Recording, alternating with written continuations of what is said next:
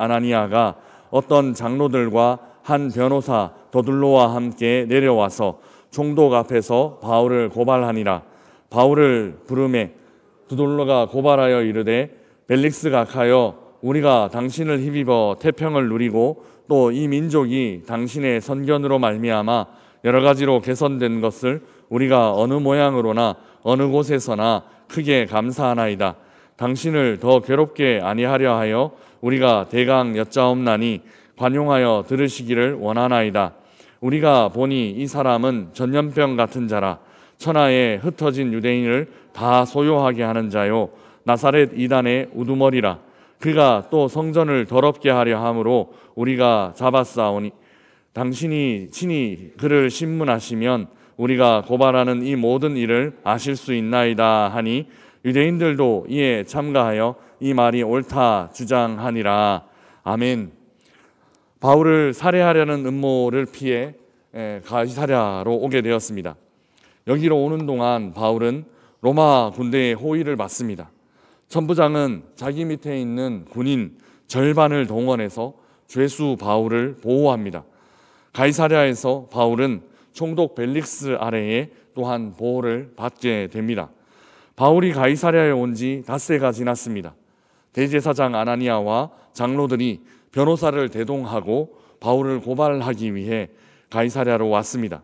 바울을 고발하여 다시 예루살렘으로 데려갈 목적이었습니다. 그러나 단순히 예루살렘으로 데려갈 목적을 넘어서서 지금 이들이 온 이유는 어떻게 해서든지 바울을 죽이려 함이었습니다. 오늘 본문은 이 유대인들이 바울을 고발하는 내용입니다.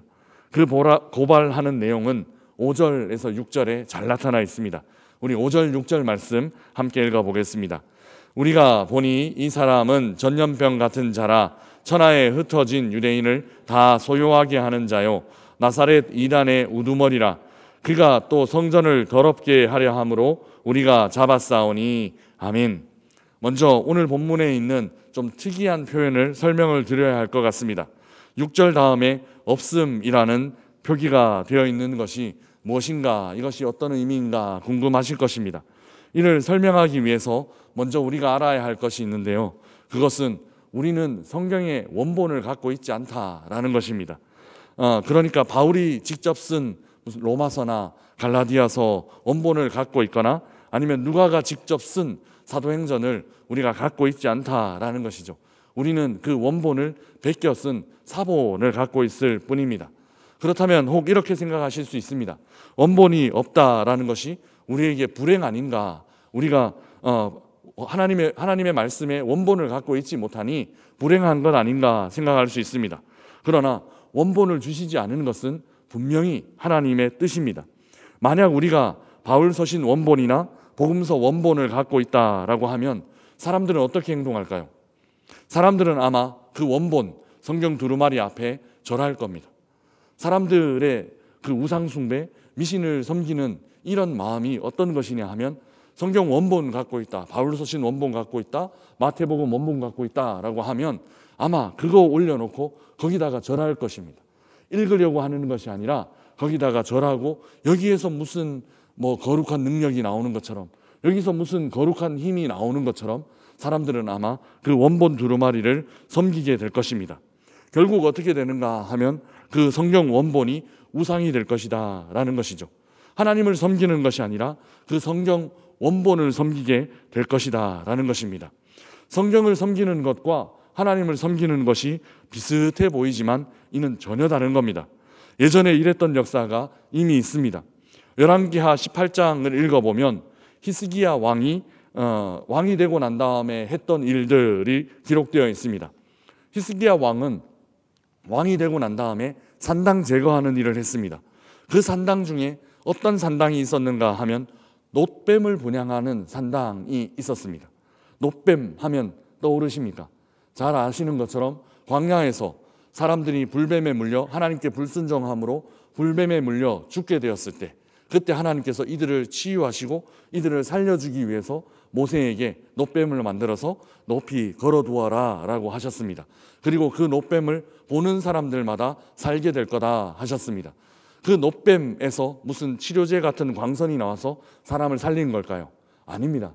하나님의 말씀에 그 노뱀 본다고 살까 하는 그런 믿음, 없음, 혹은 그래도 하나님 말씀하시는 것이니 한번 지켜보자 했던 그 작은 믿음, 그 믿음으로 그 사람들이 살게 되었다라는 것이죠.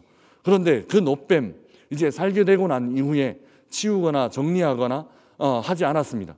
사람들은 그 노뱀을 어디 잘 보관해두고 있었나 봅니다.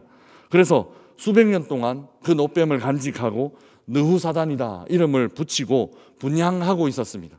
그 노뱀에 절하고 있었다라는 것입니다.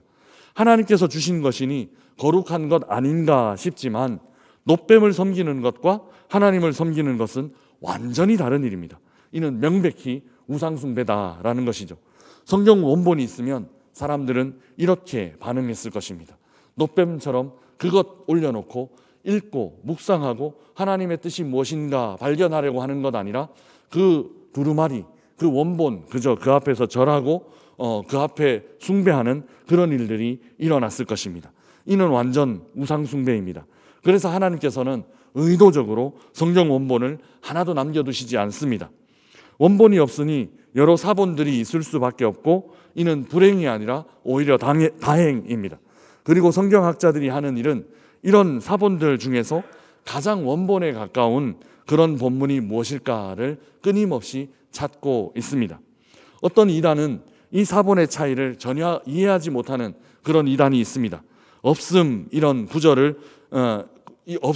구절이 있는 성경은 잘못됐다 이렇게 판단하기도 합니다. 이 말은 한마디로 무식한 말입니다.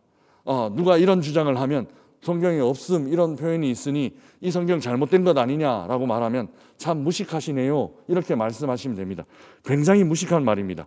또 어떤 이단은 그 어떤 버전의 성경만 옳다 주장하는 이단도 있습니다. 이 주장도 완전히 무식한 말입니다. 정말 성경 1도 모르는 그런 말입니다.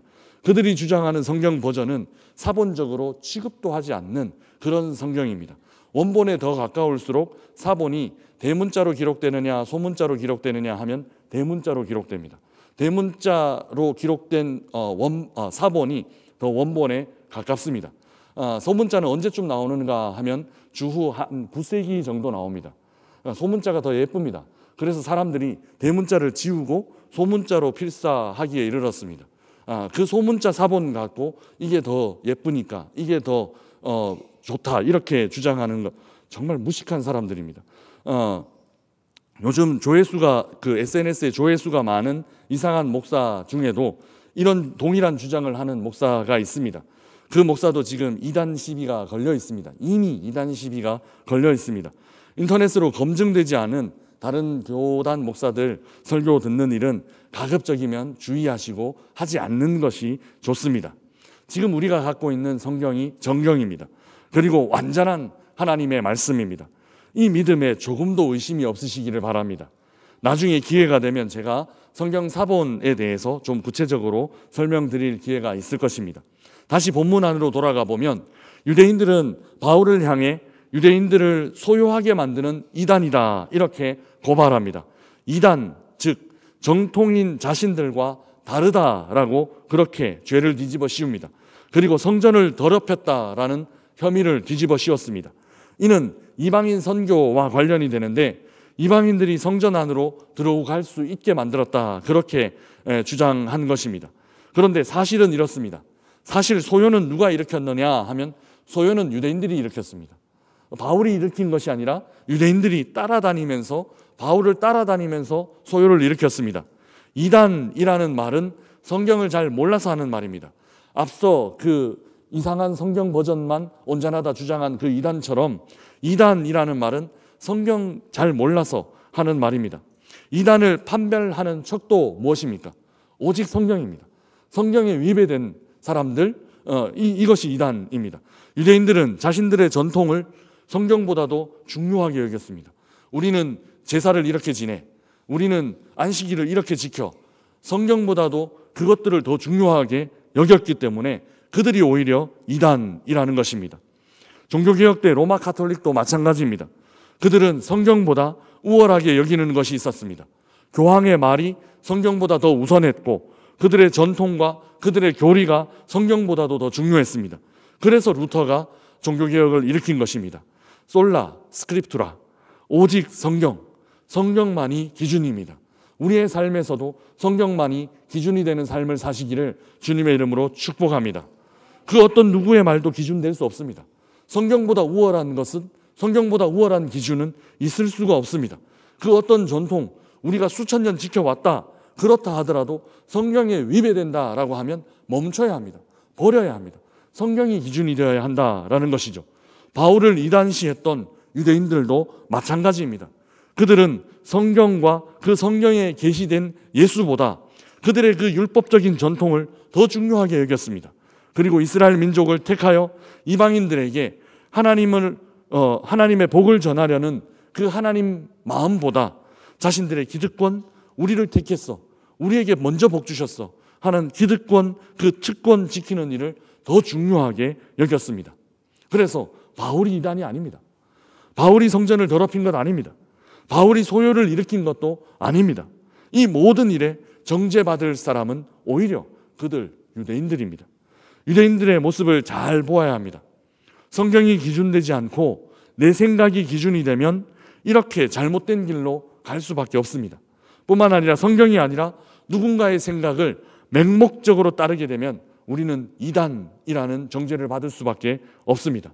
이를 꼭 기억하시고 성경 소중하게 여기면서 읽고 또 묵상하고 또 끊임없이 공부하는 우리들 되었으면 좋겠습니다. 교회 안에 개설된 여러 성경 강좌가 있습니다. 또 가급적이면 적극적으로 참여하셔서 성경 배우는 일에 게을리하지 않으시기를 바랍니다. 마지막으로 오늘 본문에는 제가 참 좋아하는 말이 있습니다. 그 말은 전염병이라는 말입니다. 사실 예전 성경에는 더 직접적으로 표현했습니다. 연병 같은 사람, 이렇게 바울을 가리켜 연병 같은 사람 이렇게 표현했는데 이는 사실 욕이나 다름없습니다. 그런데 저는 이 말이 참 좋습니다. 전염병 같은 사람, 왜냐하면 복음은 그렇게 전염병처럼 사람들에게 전해지고 확장되기 때문입니다. 예수님 이전에는 정한 사람과 부정한 사람이 접촉하면 어떤 일이 일어났는가 하면 부정한 사람의 그 부정함이 정한 사람에게 전염됐습니다. 그래서 정한 사람이 부정하게 되었습니다. 그런데 예수님 이후에는 이 방향이 역전됩니다. 제가 예전에 한번 설교했었습니다. 예수님 이후에는 이 정함과 부정에 전염되는 방향이 역전됩니다. 어떻게 역전되는가 하면 정한 사람과 부정한 사람이 접촉하면 이 부정한 사람이 정하게 되는 거예요. 정한 사람의 이 정함 때문에 이 부정한 사람이 정하게 되는 거예요. 이런 길이 예수님 통해서, 저 십자가를 통해서 열리게 되는 것입니다. 복음을 전하면 이 정함이 전염됩니다. 예수님 믿으면 이 복이 전염된다라는 것입니다. 병이 전염되는 것이 아니라 생명이 전염됩니다. 죽은 사람 살리는 생명이 우리를 통해서, 우리 정한 사람을 통해서, 우리 예수 믿는 사람을 통해서 전염된다라는 것입니다. 그래서 우리 그리스도인은 전염병 같은 사람 맞습니다. 예수 생명 전염시키는 그런 사람입니다. 사랑하는 명선의 가족 여러분, 예수 생명 전염시키는 오늘 하루의 삶을 사시기를 주님의 이름으로 축복합니다. 우리가 전염시키는 것은 병이 아닙니다. 사람 죽게 만드는 병이 아닙니다. 사람들 살리는 생명입니다. 이 소명, 이 사명 갖고 죽은 사람 살리는, 그래서 전염시키는, 예수 이름 전염시키는, 예수 복음 전염시키는 그런 생명의 전염병을 전하는 그런 사람 되시기를 주님의 이름으로 축복합니다. 우리가 만약 진짜 복음을 갖고 있다면 이 복음은 전염되어야만 합니다. 내가 만약 진짜 예수님을 잘 믿고 있다면 내 주변에 복음이 전염되어야만 합니다. 우리의 믿음을 돌아보며 복음, 생명 전염시키며 살아가는 우리 모두들 되시기를 주님의 이름으로 축복합니다. 사랑하는 여러분, 오늘 하루 복음을 전염시키는 삶, 생명을 전염시키는 삶 사십시다. 소망 없이 죽어가는 사람들, 소망 없이 이미 죽어있는 사람들에게 부활 소망, 그리스도의 생명 전하며 바울처럼 전염병 같은 사람이라 칭찬 듣는 그런 전염병 같은 삶을 사는 우리 모든 명선의 성도들 되시기를 주님의 이름으로 축복합니다. 우리 주신 말씀 생각하며 함께 찬양하겠습니다. 찬송가 323장